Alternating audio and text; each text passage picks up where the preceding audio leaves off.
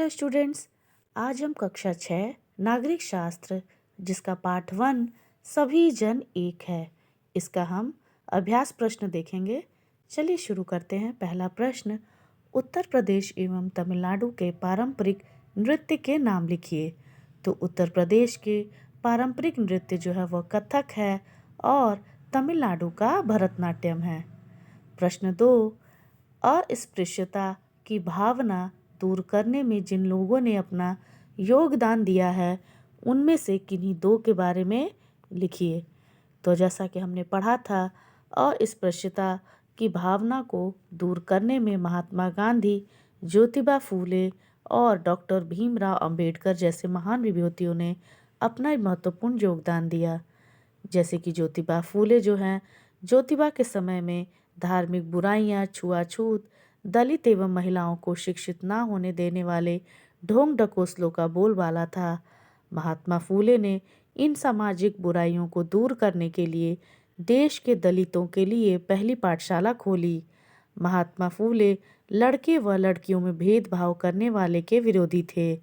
वे कन्या पाठशाला खोलने वाले पहले भारतीय थे और लड़कियों की शिक्षा की शुरुआत उन्होंने अपने घर से की।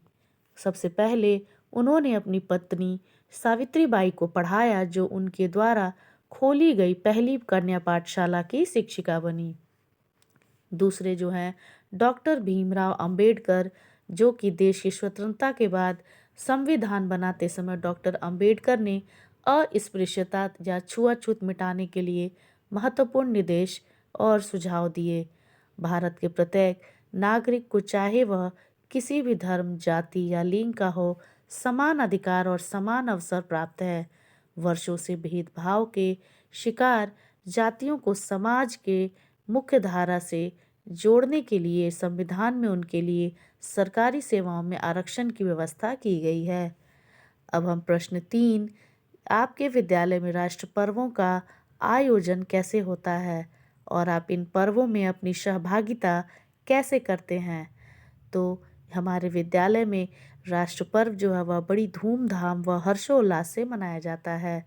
इन आयोजनों में ध्वजारोहण होता है, बच्चे झांकियाँ निकालते हैं, नाटक व नृत्य प्रदर्शन जैसे तरह तरह के सांस्कृतिक कार्यक्रम और पुरस्कार वितरण होता है। मैं भी इन कार्यक्रमों में देश के प्रति प्रेम और समर्पण की भावना से प्रतिभाग करता हूँ। प्रश्न 4, विविधता में एक से आप क्या समझते हैं, स्पष्ट कीजिए। हमारा देश जो है एक ऐसी फुलवारी है जो अलग अलग रंगों और खुशबुओं के फूल से सजी है। विभिन्न प्रांतों में विभिन्न संस्कृति है। अलग अलग प्रदेशों के लोग अलग अलग धर्म, रीति रिवाज का पालन करते हैं।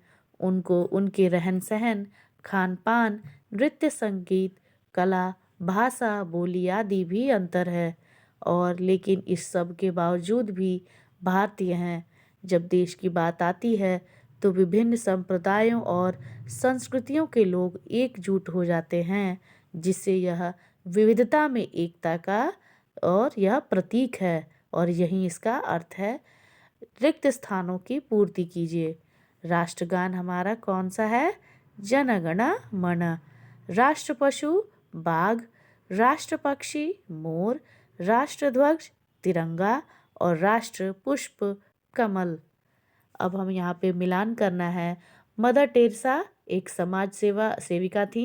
सचिन तेंदुलकर क्रिकेट, कल्पना चावला अंतरिक्ष यात्री, बंकिम चंद्र चटर्जी जो कि वंदे मातरम का रचना किए थे ये, और अशफाक उल्लाह खान एक क्रांतिकारी थे। अब हम सही या गलत के सामने सही या गलत का चिन्ह लगाएंगे। नवरोज ईसाइयों का प्रमुख त्यौहार है, यह गलत है। विराट कोहली क्रिकेट के खिलाड़ी हैं, ये बिल्कुल सही है।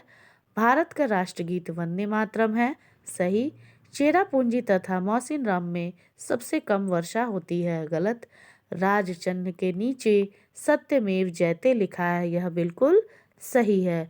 चलिए, आज हमने पाठ 1 का प्रश्न उत्तर और अभ्यास प्रश्न देख लिया।